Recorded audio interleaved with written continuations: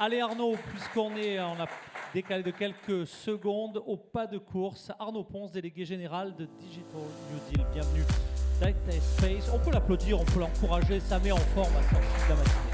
Data Space, et il y a enjeu de souveraineté numérique, c'est bien ça Arnaud? Bonjour, oui absolument. J'avais pas prévu, mais je vais commencer par une anecdote personnelle, puisqu'on est chez Bouygues. Je viens de me rappeler qu'en fait ça avait beaucoup de sens d'être ici.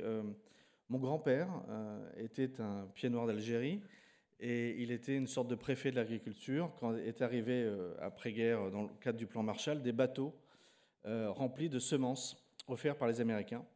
Et mon grand-père les a attendus sur le quai du port et leur a dit: vous rentrez chez vous, on n'a pas besoin de ça. Et les Algériens n'ont pas bien compris l'attitude de mon grand-père en disant: mais pourquoi? C'est une opportunité extraordinaire d'avoir des semences gratuites, etc. Il a dit: c'est une question de souveraineté. C'est-à-dire que demain, si nous sommes dépendants de la semence des Américains, nous n'aurons plus d'autonomie.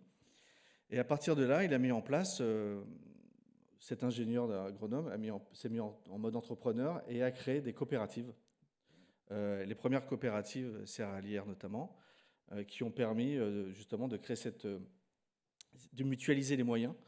Chemin faisant, il s'est posé la question des business models et il a créé les premiers marchés-gares adossés aux coopératives pour distribuer ce qui était récolté et mutualisé par les agriculteurs et les céréaliers. Et il a créé ces marchés-gares avec un certain Francis Bouygues. Voilà, donc comme ça, la boucle est bouclée. Et on se retrouve aujourd'hui sur la même problématique, mais avec des coopératives de données. Donc ravi d'être chez vous aujourd'hui. Je vais essayer rapidement de remettre un peu le contexte sur ces enjeux d'autonomie stratégique, parce que c'est le sujet, en fait, quand on parle de souveraineté numérique, c'est un cap politique, c'est un idéal, mais ça ne s'applique pas aux entreprises. La vraie question, c'est celle de l'autonomie stratégique. Et nous, la définition qu'on en fait dans le think tank, alors peut-être un mot sur qui est le think tank Digital New Deal, je vous la fais courte. C'est un think tank qui a été créé par Olivier Sichel, qui a 10 ans. Et pour vous donner un fait d'armes, pour que vous compreniez un petit peu que la souveraineté numérique, on fait plus qu'en parler, on la pratique. Nous sommes le think tank à l'origine de l'amende de 2,5 milliards contre Google Shopping, pour vous situer un peu. Donc on a, nous, à travers plusieurs publications, on a défini l'autonomie stratégique comme la capacité à générer et défendre, gérer des interdépendances dans un écosystème de confiance. Et se pose la question de: c'est quoi un écosystème de confiance? Et un écosystème de confiance, c'est la stack numérique, Cloud Data IA.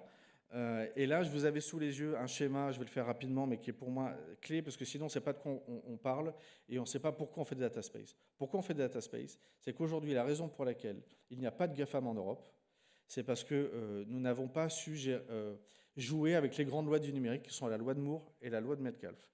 La loi de Moore, je la fais courte, c'est le fait que les microprocesseurs doublent tous les 18 mois, donc c'est plutôt la révolution informatique. Donc là, la raison pour laquelle on est moins bon que les Américains, c'est qu'on investit 7 à 10 fois moins. Voilà. Et la loi de Metcalfe, elle est plus compliquée, elle est malheureusement plus importante. C'est l'effet de réseau. C'est le fait que, ce qu'on appelle la loi de Metcalfe, c'est le fait que la valeur d'un réseau est égale au carré du nombre d'utilisateurs. Et ce qu'on essaie de faire avec les data space, c'est la loi de Metcalfe B2B. En fait, ce qu'on essaie de faire, c'est créer un effet de réseau au niveau européen. Parce qu'une start-up, quand elle est leader sur un marché français, allemand, ce que vous voulez, elle est obligée de faire 27 fois l'effort. Donc elle ne le fait pas, elle va faire l'effort N+1 aux États-Unis pour avoir accès à un effet de réseau mondial. Donc tant qu'on n'aura pas un marché commun de la donnée au niveau européen, on ne pourra pas avoir un effet de réseau et être au niveau des Américains, des Chinois. Ce qu'on est en train de faire, c'est ça, c'est rien d'autre. Les data space, c'est la capacité à avoir un effet de réseau au niveau des données. Et l'enjeu, c'est de le faire au niveau des données des entreprises, des données privées, parce que les données B2C, c'est mort. On ne va pas se battre contre Facebook et consorts. Alors pourquoi les data space, c'est clé? C'est que dans l'écosystème que je vais vous montrer, Cloud Data IA, pour nous, l'enjeu, c'est la question des data space, c'est que c'est par essence l'écosystème clé qui sert à, entre guillemets, irriguer l'IA, ce qu'a commencé à expliquer Patrick, c'est-à-dire qu'il n'y a pas d'IA de confiance sans data de confiance.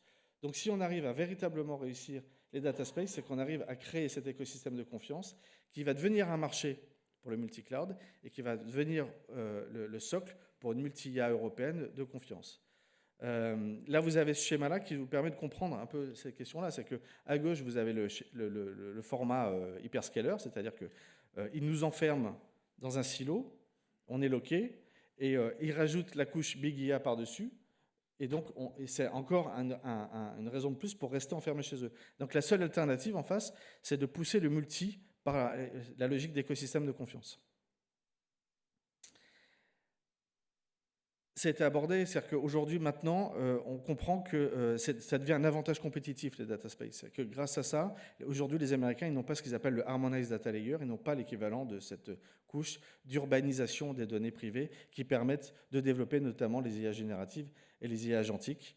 C'est ce qu'on a appelé, nous, dans le rapport dédié, c'est le phénomène Gen AI égale Web 2 au carré. Tout ce qu'on n'a pas aimé dans le Web 2, la centralisation de la valeur, la captation des pouvoirs, etc., va être amplifié par l'IA générative. Et donc, c'est pour ça qu'on a aussi lancé, dans l'activité de DoTank, un